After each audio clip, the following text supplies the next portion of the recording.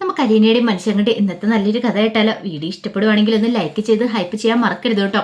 അങ്ങനെ നമ്മൾ കാണുന്ന ഒടുവിൽ അലീനെ, കൃഷ്ണയും ഭവിതയും അവരെല്ലാവരും കൂടെ ത്യാഗഫലിലേക്ക് എത്തണം. ഈ സമയത്ത് രോഹിത് ഇങ്ങനെ നോക്കുമ്പോൾ അവിടെ ആരെയും കണ്ടില്ല. അപ്പോഴേക്കും രോഹിത് പറഞ്ഞു, അല്ല ഇതെന്താ അലീന ചേച്ചി ആരെയും കാണുന്നില്ലോ എന്ന് പറഞ്ഞു. രേവതിക്കുട്ടി പറഞ്ഞു, പിന്നെ വന്നിറങ്ങി ഉടനെ സ്വീകരിക്കാനായിട്ട് ഇതെന്താ സബ് ജയിലാണോ എന്ന് ചോദിച്ചു.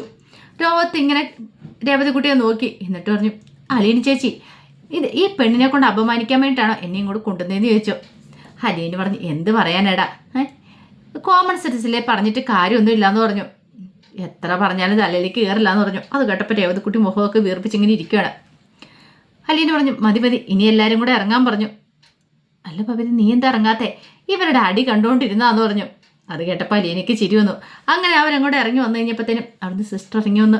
രേവതിക്കുട്ടി അലീനയെ നോക്കി എന്നിട്ട് ചോദിച്ചു, അലീനയും രേവതിക്കുട്ടി അല്ലേന്ന് ചോദിച്ചു. അതേന്ന് പറഞ്ഞു. അപ്പം മുമ്പ് സിസ്റ്ററെ കണ്ട് പരിചയം ഉണ്ടായിരുന്നു, ബാ കയറി വരാനൊക്കെ പറഞ്ഞു. അല്ല ചിന്നുമോൾ എന്തിയേ? അതെ അവളുടെ കൂട്ടുകാരുടെ ഒപ്പം ഇരുന്ന് കളിക്കുന്നുണ്ടെന്ന് തോന്നിയെന്ന് പറഞ്ഞു. അങ്ങനെ ഒടുവിൽ മെയിനായിട്ടുള്ള അവരുടെ സിസ്റ്റർ അടുത്തേക്ക് കൊണ്ടുവന്നു. പിന്നീട് രേവതിക്കുട്ടിയോടും അലീനയോടൊക്കെ സംസാരിക്കുന്നുണ്ട്. ഈ സമയത്ത് അലീന പറഞ്ഞു, അതെ ചിന്നുമോളൊക്കെ ഒന്ന് കണ്ടിട്ട് പോകാമെന്ന് കരുതിയേ ഞാൻ വന്നേന്ന് പറഞ്ഞു. അതിനെന്താ, ചിന്നുമോളെ കണ്ടിട്ട് പോകാലോ എന്ന് പറഞ്ഞു. പിന്നീട് കൃഷ്ണമോളും ഭവിതയ്ക്ക് ആരാന്ന് ചോദിക്കുന്നുണ്ട്. അപ്പോഴേക്കും അലീന പറഞ്ഞു, ഇതെൻ്റെ കൂടപ്പുറപ്പുകളാ. ഈ നിൽക്കുന്ന രോഹിത് ഞാൻ ജോലി ചെയ്യുന്ന വീട്ടിലെ കുട്ടിയാന്ന് പറഞ്ഞു. പിന്നെ ഇത് കൃഷ്ണമോളും ഭവിത എന്നൊക്കെ പറഞ്ഞ് അവരെ എല്ലാവരെയും പരിചയപ്പെടുത്തുവാണ്. അതിനുശേഷം രേവതിക്കുട്ടി പറഞ്ഞു, അല്ല ഞങ്ങൾക്ക് ചിന്നുമോളെ അതിനെന്താ പോയി കണ്ടോളാൻ പറഞ്ഞു. അങ്ങനെ ചിന്നുമോളുടെ അടുത്തേക്ക് രേവതിക്കുട്ടിയും കൃഷ്ണൻ ഭവിതയ്ക്ക് അങ്ങോട്ട് പോകണം. ആ സമയം അലീന സിസ്റ്ററുമായിട്ട് സംസാരിക്കുകയാണ്. അങ്ങനെ പോകുന്ന സമയത്ത് അവരെ കാഴ്ച കാണുന്ന ചിന്നുമോളാണെങ്കിൽ ബാക്കി കൂട്ടുകാരുടെ ഒപ്പം ഇരുന്ന് ഭയങ്കര കളിയാണ്. ടീച്ചറും കുട്ടികളും കളിയാണ്. ഒരു വടിയൊക്കെ എടുത്ത് വെച്ച് ബാക്കിയുള്ളവരെയൊക്കെ മര്യാദ പഠിപ്പിക്കുകയാണ്. അതെ നന്നായിട്ട് പഠിച്ചില്ല ഉണ്ടല്ലോ ഞാൻ അടിക്കൂന്നൊക്കെ പറഞ്ഞിട്ട് നിൽക്കുക. ഇത്തിരി സമയം കഴിഞ്ഞപ്പോൾ രേവതിക്കുട്ടിയെ കാണുന്നത്. പെട്ടെന്ന് രേവതി ആൻറ്റി എന്നും പറഞ്ഞിട്ട് ഓടി അങ്ങോട്ട് വരുവാണ്. രേവതിക്കുട്ടി ചിന്നുമോളെ കോരി എടുത്തിട്ട് പറഞ്ഞു, അപ്പം നീ എന്നെ മറന്നു പോയിട്ടില്ല അല്ലേന്ന് ചോദിച്ചു. ഏയ് ഇല്ല എന്ന് പറഞ്ഞു. അല്ല അലീന ആൻറ്റി എന്തിയേ? അതേ അലീന ആൻറ്റി സിസ്റ്റേഴ്സുമായിട്ട് വർത്താനം പറയാം, ഇപ്പം തന്നെ വരുമെന്ന് പറഞ്ഞു. ആ സമയത്താണ് ചിന്നുമോള് കൃഷ്ണയും ഭവിതയും രോഹിത്തിനെ കാണുന്നത്. അല്ല ഇവരൊക്കെ ആരാന്ന് ചോദിച്ചു. ഇത് രോഹിത് അങ്കിള്, ഇത് കൃഷ്ണേച്ചി, പിന്നെ ഭവിതേച്ചി, അങ്ങനെ ഓരോരുത്തരും ഇങ്ങനെ പരിചയപ്പെടുത്തുവാണ്. ആ സമയം ചിന്നുമോള് അവരെയൊക്കെ നോക്കി. കൃഷ്ണമോൾക്കും ഭവിതയ്ക്കും എല്ലാവർക്കും ഭയങ്കര സന്തോഷമായിരുന്നു. ചിന്നുമോളെ കണ്ടു കഴിഞ്ഞപ്പോൾ അവർക്കും ഭയങ്കര ഇഷ്ടമായിരുന്നു. ഇത്തിരി സമയം കഴിഞ്ഞപ്പോഴത്തേനോട് അലീന അങ്ങോട്ട് വരുന്നത്. അലീന ആൻറ്റി എന്നും പറഞ്ഞുകൊണ്ട് അലീനയുടെ തോളത്തേക്ക് കയറി. ചിന്നുമോളോട് ചോദിച്ചു, മോൾക്ക് സുഖമാണെന്ന് ചോദിച്ചു. എനിക്ക് സുഖമാണെന്ന് പറഞ്ഞു. അങ്ങനെ കുറച്ച് സമയം കഴിഞ്ഞ് കഴിഞ്ഞപ്പോഴത്തേനും ചിന്നുമോളെ കൊണ്ട് അവർ പാർക്കിലേക്ക് വരുവാണ്. പാർക്കിൽ വന്നിട്ട് ചിന്നുമോളെ ഓരോരോ റൈഡിലൊക്കെ കയറ്റി എല്ലാവർക്കും ഭയങ്കര സന്തോഷം തന്നെയായിരുന്നു. മാറി മാറി ചിന്നുമോളെ എടുത്തോണ്ടിരുന്ന രോഹിത്തും ഭവിതയും കൃഷ്ണമോളും ഒക്കെ അവരും ചിന്നുമോളോടൊപ്പം എൻജോയ് ചെയ്യുന്നുണ്ട്. അതിനൊക്കെ ശേഷം ഫുഡ് കഴിക്കാനായിട്ടിടത്തേക്ക് നിന്ന് അങ്ങനെ ഫുഡൊക്കെ കഴിച്ച് അവിടെ നിന്ന് ഇറങ്ങുന്ന സമയത്താണ് ബാലയും തന്നെ ഗോവർദ്ധനെ കാണുന്നത്. അപ്പോൾ അവർ നീലഗിരി പോയിട്ട് അവിടുന്ന് നേരെ അവർ പുനലൂർക്ക് പോരുമായിരുന്നു. ആ സമയത്ത് അവിടെ ഫുഡ് കഴിക്കാൻ കയറിയപ്പോഴാണ് ഇവരെ കാണുന്നത്.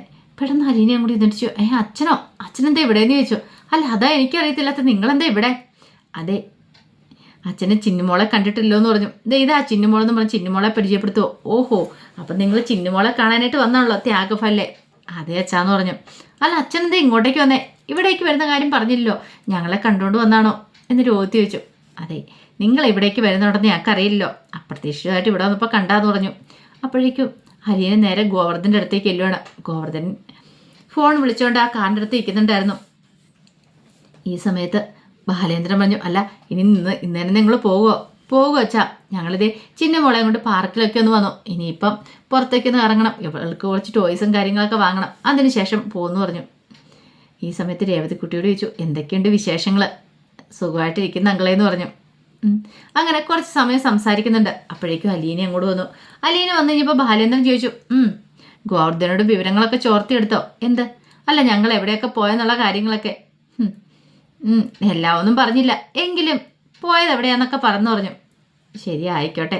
അപ്പോഴേക്കും പവിത ചോദിച്ചു, അല്ല അപ്പം അച്ഛൻ വരുന്നില്ലേ? അച്ഛൻ എവിടെയായിരുന്നു ഇന്നലെ? അതെ എനിക്ക് കുറച്ച് സ്ഥലങ്ങളിൽ പോകാനുണ്ടായിരുന്നു, നീലഗിരി അങ്ങനെ അവിടെ എല്ലാം ചുറ്റിക്കറങ്ങി, ഊട്ടി എല്ലായിടത്തും ചുറ്റിക്കറങ്ങി ഇപ്പോൾ ഇവിടെ എത്തിയെന്ന് പറഞ്ഞു. കൃഷ്ണ പറഞ്ഞു ഓഹോ അപ്പം ടൂറല്ല എന്ന് ചോദിച്ചു. ചെറിയ ടൂറെന്ന് തന്നെ പറയാം. പക്ഷെ അലീനയുടെ മനസ്സിൽ ചില സംശയങ്ങളും കാര്യങ്ങളൊക്കെ ഉണ്ടായിരുന്നു.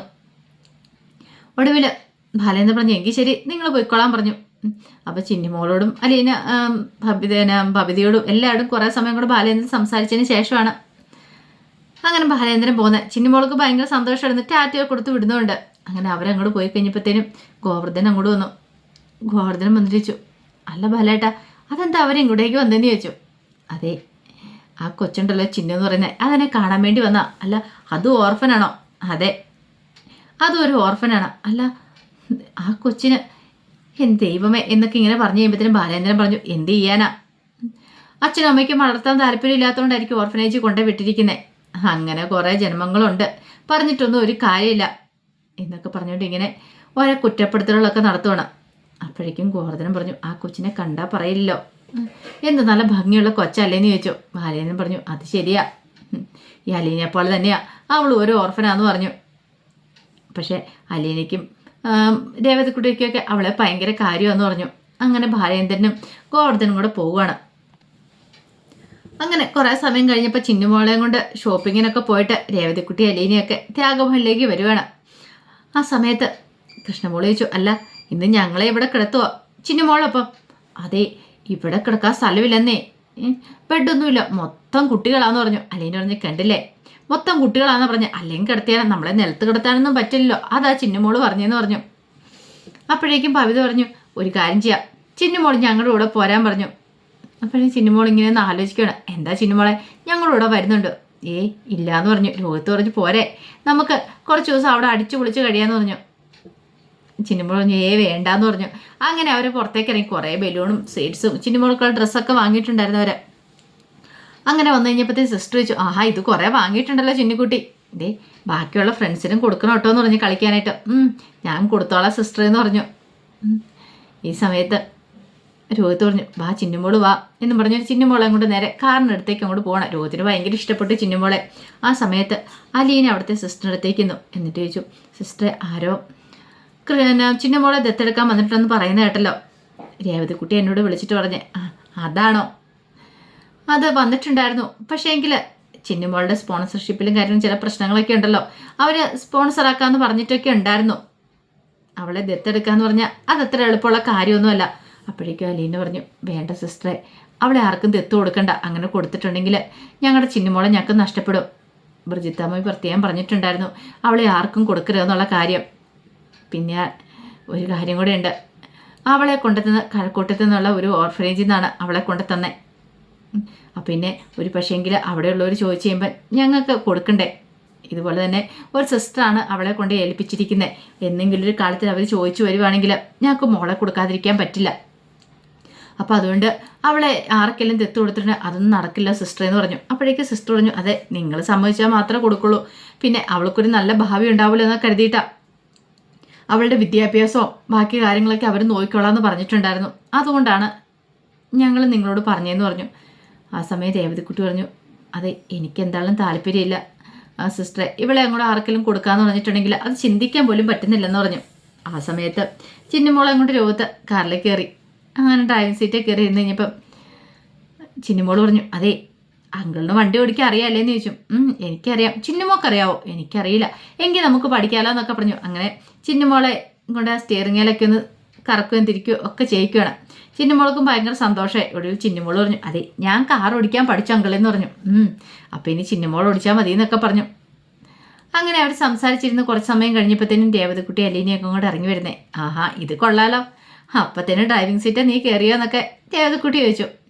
ചിന്നുമോൾ പറഞ്ഞു ഞാനേ വണ്ടി ഓടിക്കാൻ പഠിച്ചെന്ന് പറഞ്ഞു.